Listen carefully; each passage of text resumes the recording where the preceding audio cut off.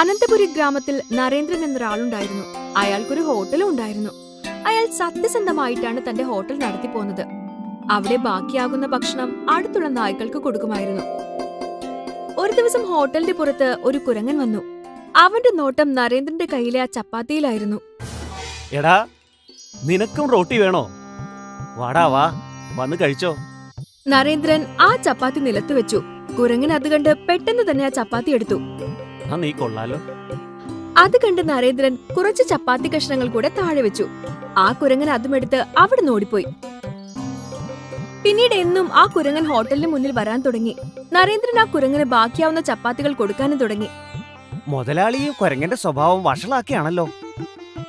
ഇവൻ എല്ലാ ദിവസവും ഇവിടെ ഇങ്ങനെ വന്നു നിൽക്കും. മുതലാളിയാണെങ്കിൽ പുതിയ ചപ്പാത്തി എടുത്ത് കൊടുക്കുകയും ചെയ്യും. അതിന് കുഴപ്പമൊന്നുമില്ല അശോക. നമുക്കും കുടുംബം ഉള്ളതുപോലെ അവനും സ്വന്തമായിട്ട് കുടുംബം ഉണ്ടാകും. അവർക്ക് വേണ്ടിയാകും ചപ്പാത്തി കൊണ്ടുപോകുന്നത്, അത്രേ ഉള്ളൂ. അതെങ്ങനെ മുതലാളിക്ക് മനസ്സിലായി? അവൻ ഒറ്റക്കായിരുന്നെങ്കിൽ ഇവിടെ നിന്ന് തന്നെ എല്ലാം കഴിച്ചേനെ. പക്ഷേ അവൻ ബുദ്ധിമാനാ. ചപ്പാത്തി എല്ലാം കൊണ്ടുപോകും. എത്ര ചപ്പാത്തി കൊടുത്താലും അതെല്ലാം അവൻ എടുത്തുകൊണ്ടു പോകും. അതുകൊണ്ട് ഉറപ്പായും അവൻ അത് അവന്റെ വീട്ടുകാർക്ക് കൊടുക്കുന്നുണ്ടാകും. അത് കഴിഞ്ഞായിരിക്കും അവൻ കഴിക്കുക. ഓ, അങ്ങനെ തന്നെ ആയിരിക്കും. എന്നാ ചെല്ല്, അവൻ ആ ചപ്പാത്തി എടുത്തു കൊടുക്ക്. ഈ മിണ്ടാപ്രാണികൾക്ക് 2 ചപ്പാത്തി കൊടുത്തുവെന്ന് വെച്ച് നമുക്കൊരു നഷ്ടം ഉണ്ടാവാൻ പോണില്ല. അശോക കുരങ്ങന്റെ മുന്നിൽ 2 ചപ്പാത്തികൾ വെച്ചു. അവൻ അത് എടുത്തുകൊണ്ട് സ്ഥലം വിട്ടു. അങ്ങനെ ദിവസവും നടന്നുകൊണ്ടേയിരുന്നു. ആ കുരങ്ങൻ പിന്നീട് തന്റെ കുഞ്ഞുങ്ങളെ കൂട്ടി അങ്ങോട്ട് വരാൻ തുടങ്ങി. നരേന്ദ്രൻ അവന് കൂടുതൽ ചപ്പാത്തികൾ കൊടുക്കാനും തുടങ്ങി. നരേന്ദ്രന്റെ ഹോട്ടലിലും കച്ചവടം പൊടി പൊടിച്ചു. അതിനാൽ അവൻ അവിടെ ഒരു പയ്യനെ ജോലിക്ക് നിർത്തി, മാണിക്യൻ. അശോക് ഭക്ഷണം ഉണ്ടാക്കുകയും മാണിക്യൻ ആളുകൾക്ക് വിളമ്പുകയും ചെയ്തു വന്നു. എല്ലാം നല്ല രീതിയിൽ പോയിക്കൊണ്ടിരുന്നു.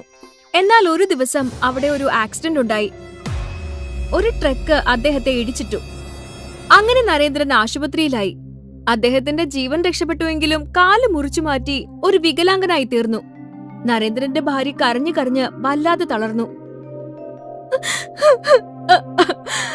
ദൈവം ഞങ്ങളോട് എന്തിന് ഇത്ര ക്രൂരത കാണിക്കുന്നെന്ന് എനിക്ക് അറിയില്ല.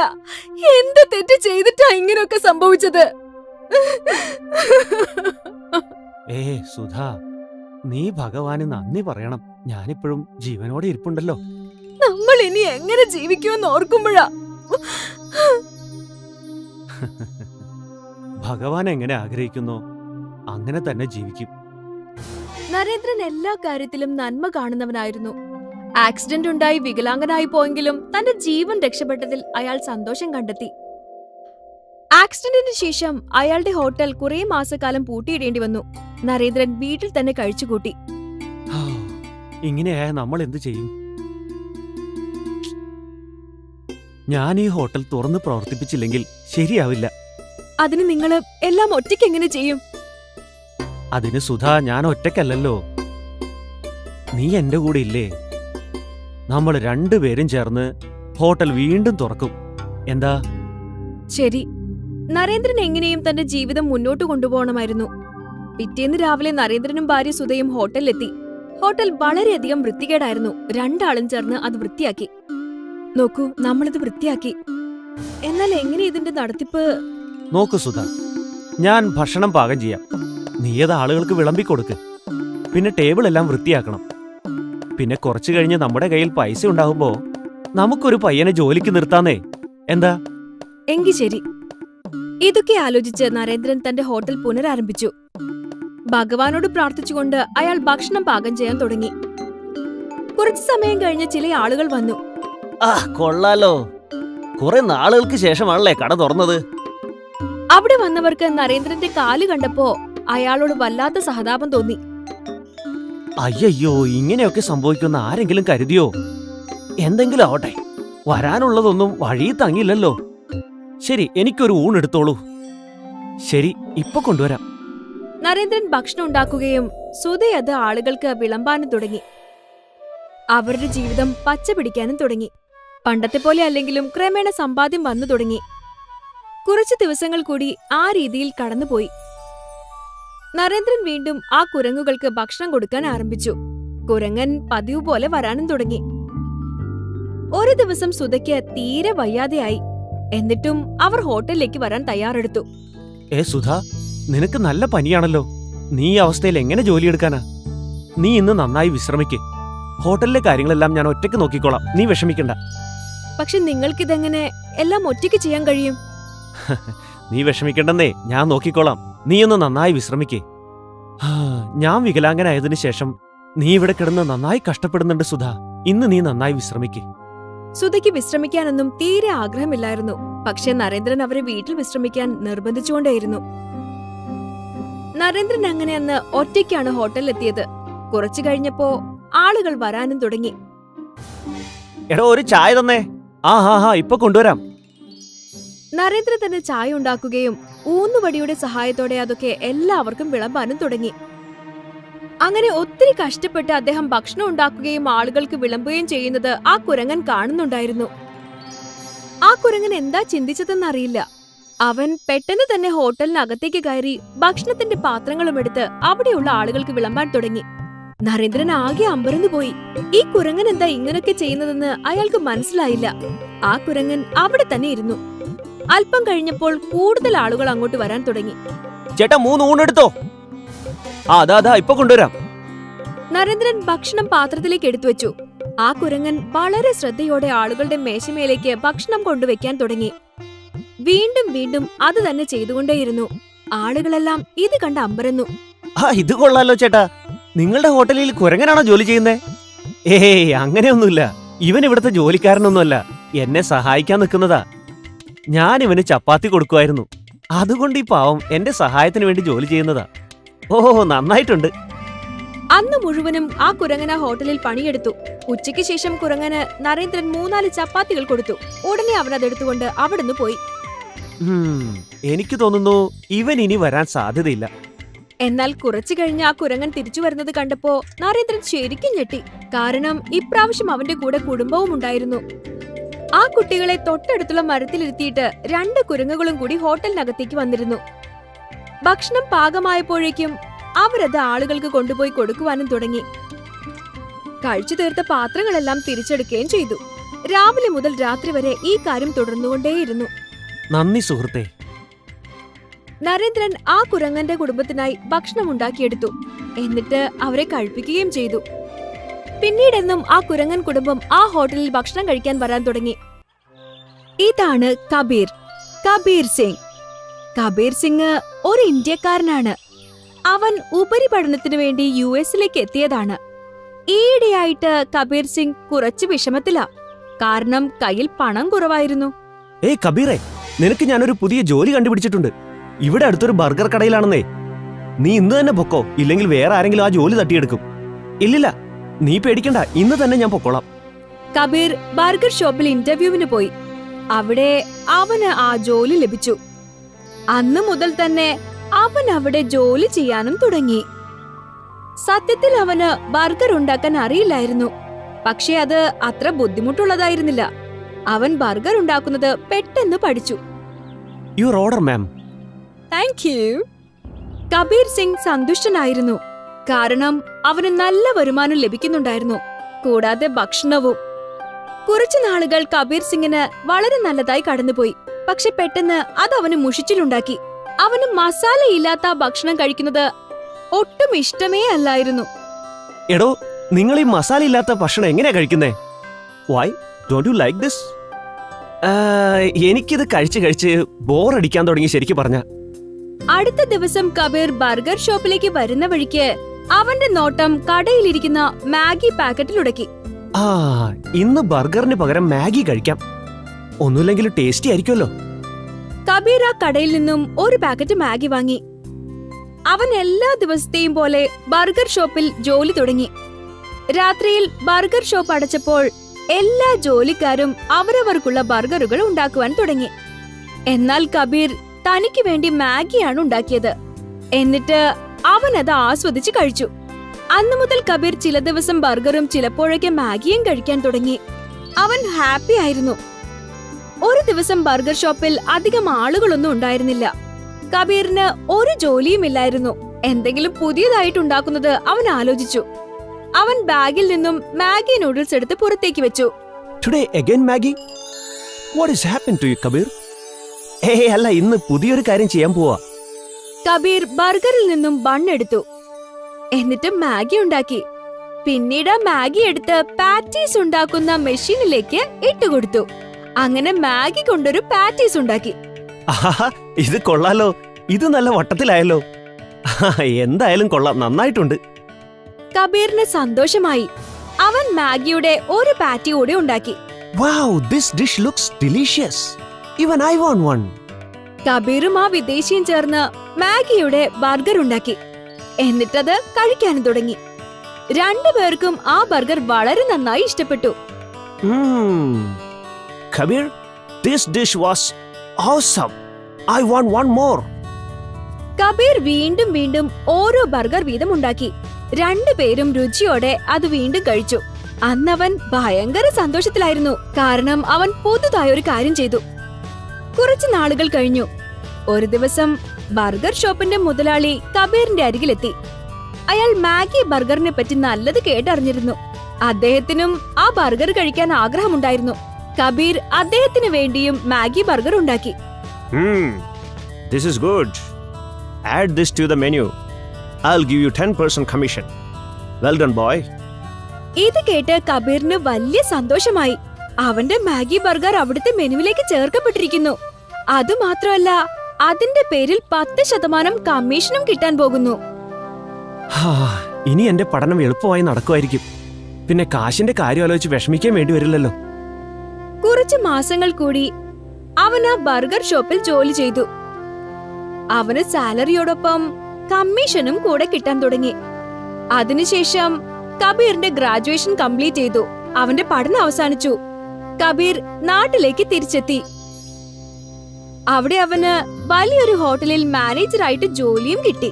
കുറച്ച് വർഷങ്ങൾ കൂടി സന്തോഷത്തോടെ കടന്നുപോയി. പക്ഷേ അവന് സ്വന്തമായി ബിസിനസ് ചെയ്യണമെന്നുണ്ടായിരുന്നു. ഒരു ദിവസം കബീർ എന്തോ ആലോചിച്ചുകൊണ്ടിരുന്ന സമയത്ത്, എന്താ മോനെ, നീ എന്താലോചിച്ചാ വിഷമിക്കുന്നേ? ഒന്നുമില്ല അച്ഛാ, എന്റെ ജോലി നല്ലത് തന്നെയാ. പക്ഷെ എനിക്കൊരു സന്തോഷമില്ല. ഞാൻ സ്വന്തമായിട്ട് എന്തെങ്കിലും ചെയ്താലോ? അതിന് നീ ഇങ്ങനെ വിഷമിച്ചിരുന്നാൽ എങ്ങനെയാ? സ്വന്തമായിട്ടൊരു ഹോട്ടൽ തുടങ്ങ്. അത് ശരി തന്നെ, പക്ഷേ എന്താ ചെയ്യേണ്ടതെന്നറിയില്ല. ഇത്രയും നല്ല ജോലിയാണ്, പിന്നെ ശമ്പളവും നല്ലത് തന്നെ. നോക്കു മോനെ, നമ്മുടെ മനസ്സിഷ്ടപ്പെടുന്ന ജോലിയാ ഓരോ മനുഷ്യനും ചെയ്യേണ്ടത്. അത് ശരിയാണച്ചാ.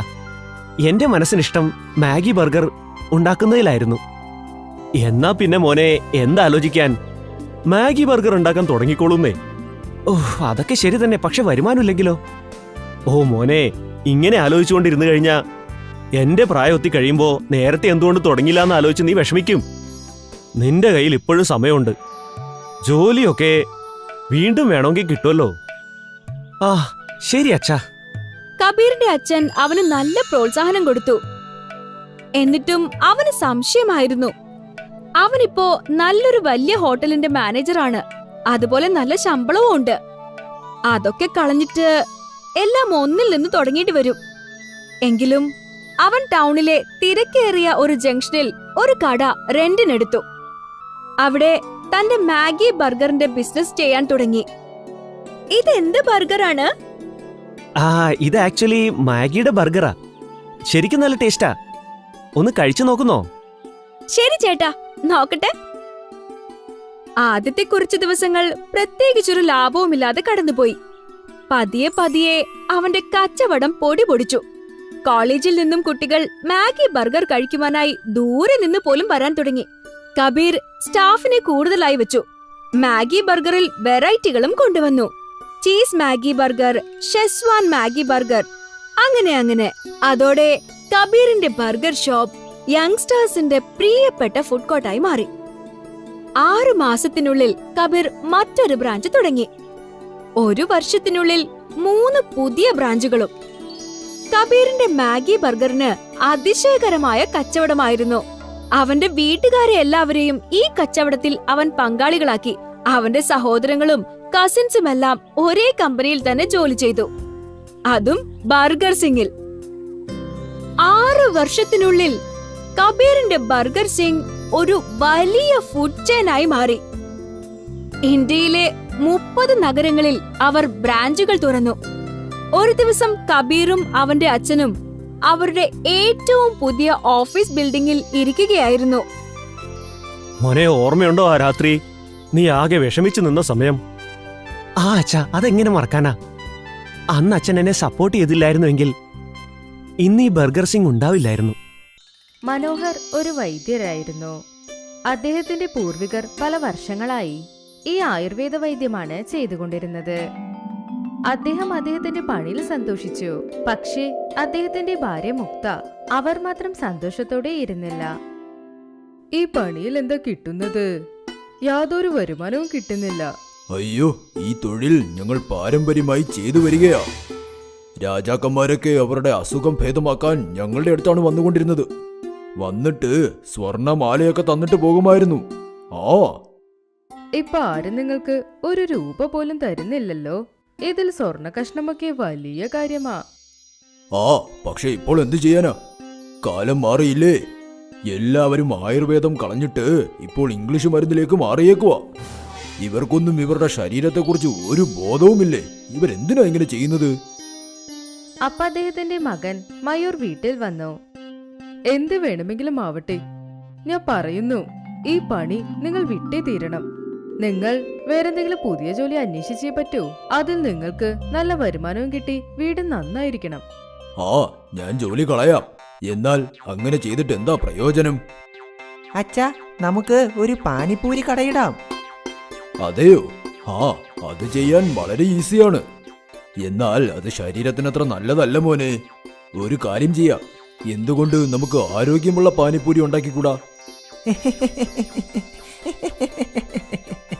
അച്ഛാ, പാനിപ്പൂരി എങ്ങനെയാ അച്ഛാ ശരീരത്തിന് നല്ലതാകുന്നത്? എടാ നീ എന്തിനാ ചിരിക്കുന്നത്? മാറ്റിയെടുക്കാം, ഉറപ്പായും മാറ്റിയെടുക്കാം. നമുക്ക് പലതരത്തിലുള്ള പാനിപ്പൂരി ഉണ്ടാക്കാം. നാരങ്ങാ നീര് കൊണ്ടുള്ള പാനിപ്പൂരി, തുളസി നീര് കൊണ്ടുള്ള പാനിപ്പൂരി, ഇങ്ങനെയുള്ളതെല്ലാം ഉണ്ടാക്കാം. ആദ്യം ഈ ആവശ്യമില്ലാത്ത വർത്താനമൊക്കെ പറയുന്നത് നിർത്ത്. പാനിപൂരിയെ ജനങ്ങൾ എങ്ങനെ ഇഷ്ടപ്പെടുന്നോ അങ്ങനെ കൊടുക്കണം. അയ്യോ മുക്തേ, ഒരു വട്ടം ട്രൈ ചെയ്യുന്നതിൽ എന്താ തെറ്റ്? ഒരുപക്ഷെ ഈ ആരോഗ്യമായ പാനിപ്പൂരി ജനങ്ങൾക്ക് ഇഷ്ടമായാലോ? ശരി, നിങ്ങൾക്ക് എന്ത് തോന്നുന്നു അത് ചെയ്തോളൂ. പക്ഷെ വീട്ടിൽ വരുമ്പോ പൈസ കൊണ്ടുവരും, അത് മതി. അച്ഛാ, നമുക്ക് നോർമലായിട്ടുള്ള പാനിപ്പൂരിയോടൊപ്പം അച്ഛന്റെ ആരോഗ്യമുള്ള പാനിപ്പൂരിയും വെക്കാം. അങ്ങനെ ചെയ്യാം. കസ്റ്റമറിന് ഏത് പാനിപ്പൂരിയാണോ ഇഷ്ടം അവർ അത് വാങ്ങിച്ചോട്ടെ. നീ ശരിക്കും വളരെ ബുദ്ധിശാലിയാണ് മോനെ. ശരി. അങ്ങനെയാണെങ്കിൽ നാളെ തന്നെ നമുക്കൊരു പാനിപ്പൂരി കടയും കിട്ടേക്കാം. അങ്ങനെ ആകട്ടെ. അച്ഛനും മകൻ രണ്ടുപേരും കടയിലേക്ക് ചെന്നു. ആവശ്യമായ എല്ലാ സാധനങ്ങളും വാങ്ങിക്കൊണ്ടുവന്നു. 3 പേരും ചേർന്ന് പാനിപ്പൂരി റെഡിയാക്കാൻ തുടങ്ങി. മുക്ത പൂരി ഉണ്ടാക്കിക്കൊണ്ടിരുന്നു. മയൂർ മധുരമുള്ള പാനിയും പുളിയുള്ള പാനിയും ഉണ്ടാക്കിക്കൊണ്ടിരുന്നു. അത് കഴിഞ്ഞ് മനോഹർ വേപ്പില, തുളസിയില, പാവക്ക വെള്ളം ഉണ്ടാക്കി. ഒരുപാട് സമയം വരെ എല്ലാവരും പണി ചെയ്തുകൊണ്ടിരുന്നു. അത് കഴിഞ്ഞ് എല്ലാവരും ഉറങ്ങി. അടുത്ത ദിവസം രാവിലെ എല്ലാവരും ചേർന്നുകൊണ്ട് അവരുടെ പാനിപൂരി വണ്ടി ഉണ്ടാക്കി. പൊതുവെ ഒരുപാട് പാനിപൂരി കടകളിൽ 2 പാനി മാത്രമേ കിട്ടൂ. പക്ഷേ ഇവരുടെ വണ്ടിയിൽ 5 വിധമായ പാനുകൾ ഉണ്ടായിരുന്നു. മധുരം, പുളിപ്പ്, കയ്പ്, തുളസി, പിന്നെ പാവക്കായ. പുതിയ പാനിപൂരി വണ്ടിയെ കണ്ടതും 2 കുട്ടികൾ അവിടേക്ക് വന്നു. ചേട്ടാ, എരിവുള്ള ഒരു പാനിപ്പൂരി തന്നേ. എനിക്ക് മീഡിയം ഒരെണ്ണം എടുത്തോ. ഞങ്ങളുടെ അടുത്ത് വേപ്പല, തുളസി, പാവയ്ക്ക പാനിപ്പൂരിയും ഉണ്ട്. വേണമെങ്കിൽ അതെടുക്കാം. അയ്യോ, അതൊന്നും വേണ്ട. എനിക്കും വേണ്ട അത്. ഇത് കേട്ടതും മനോഹർ വളരെ വിഷമിച്ചു. മനോഹർ ആ 2 കുട്ടികൾക്കും ആ പാനിപ്പൂരി കൊടുത്തു. അത് കഴിഞ്ഞവർ അവന് പൈസ കൊടുത്തു. അത് കഴിഞ്ഞ് വൈകുന്നേരം ഒരു വയസ്സായാൾ അവരുടെ പേരക്കുട്ടിയെ കൊണ്ടുവന്നു. അയ്യോ, വരൂ. നിങ്ങൾക്ക് എങ്ങനെയുള്ള പാനിപ്പൂരിയാണ് വേണ്ടത്? എനിക്ക് കുറച്ച് പുളിയും എരിവുമുള്ള പാനിപ്പൂരി താമോനെ. എന്നാൽ ഡോക്ടർ പറഞ്ഞത് പാനിപ്പൂരി എനിക്ക് അത്ര നല്ലതല്ലെന്നാണ്. പക്ഷേ എന്ത് ചെയ്യാൻ, എനിക്ക് ഡയബറ്റിസ് ഉണ്ട്. താനൊരു കാര്യം ചെയ്യേ, എന്റെ കൊച്ചുമകന് നല്ല എരിവുള്ള ഒരു പാനിപ്പൂരി ഞാൻ കൊടുക്ക്. അയ്യോ, താങ്കൾക്ക് കഴിക്കാൻ പറ്റുന്ന പാനിപ്പൂരിയും എന്റെ അടുത്തുണ്ട്. പാവയ്ക്ക പാനിപ്പൂരി. ഇത് കഴിച്ചാൽ ഡയബറ്റിസ് കൂടില്ല, കുറയും. ട്രൈ ചെയ്ത് നോക്കൂ. പിന്നെ ഈ പാനിപ്പൂരി ദിവസവും കഴിക്കും. സത്യമാണോ? ഇതുകൊണ്ട് എനിക്ക് പ്രശ്നമൊന്നും ഉണ്ടാകില്ലല്ലോ. അയ്യോ താങ്കൾ വിശ്വസിക്കൂ, ഞാൻ ആയുർവേദ ഡോക്ടറാണ്.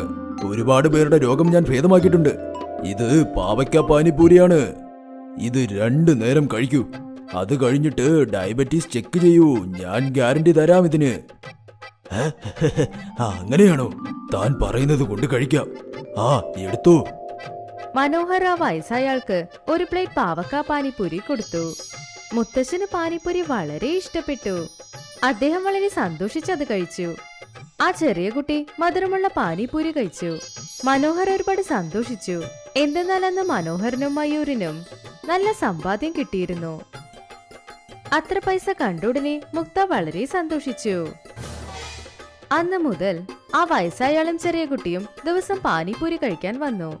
അദ്ദേഹം പാവക്ക പാനിപ്പൂരി വളരെ രുചിച്ച് കഴിച്ചുകൊണ്ടിരുന്നു. മനോഹർ വളരെ സന്തോഷിച്ചു. എന്തെന്നാൽ ആരെങ്കിലും ഒരാളെങ്കിലും ദിവസം വന്ന് പാവക്ക പാനിപ്പൂരി കഴിക്കുന്നു എന്ന്. അങ്ങനെ ഏകദേശം 15 ദിവസവും കഴിഞ്ഞു. ഇന്ന് ആ വയസ്സായാൾ ഒരുപാട് സന്തോഷത്തോടെ കടയിലേക്ക് വന്നു. എടോ മനോഹർ, എടോ താൻ പറഞ്ഞത് വളരെ ശരിയാ. ഈ പാവയ്ക്ക പാനിപ്പൂരി എന്റെ ഡയബറ്റീസിന് ഒരു മരുന്നായി മാറി. ഇന്ന് ഞാൻ ഷുഗർ ചെക്ക് ചെയ്തു. ആഹാ, അതെയോ? ഇത് നല്ല വാർത്തയാണല്ലോ. ഇതാ ഇനിയും 2 പ്ലേറ്റ് കഴിക്കൂ. മനോഹർ വീണ്ടും ആ മുത്തശ്ശന് ആ പാവയ്ക്ക പാനിപ്പൂരി കൊടുത്തു. ആ മുത്തശ്ശൻ അത് കഴിച്ച് അവനെ അനുഗ്രഹിച്ചു. അടുത്ത ദിവസം ആ മുത്തശ്ശൻ ഇനിയും ഒരുപാട് വയസ്സായ ആൾക്കാരെ അവിടേക്ക് കൊണ്ടുവന്നു. എടോ മനോഹർ, ഇവർക്കും പാവയ്ക്ക പാനിപ്പൂരി കൊടുത്ത് ഡയബറ്റീസ് ശരിയാക്കുമോനെ. മനോഹർ അവരെല്ലാവർക്കും പാവയ്ക്ക പാനിപ്പൂരി എടുത്തു കൊടുത്തു. അന്നു മുതൽ അവന്റെ പാവയ്ക്ക പാനിപ്പൂരി ഒരുപാട് ഹിറ്റായി. രാവിലെ മുതൽ വൈകുന്നേരം വരെ വയസ്സായ ആളുകൾ ക്യൂവിൽ നിന്നു. അടുത്ത ദിവസം മനോഹർ വേപ്പില പിന്നെ തുളസി പാനിപ്പൂരിയും സ്റ്റാർട്ട് ചെയ്തു.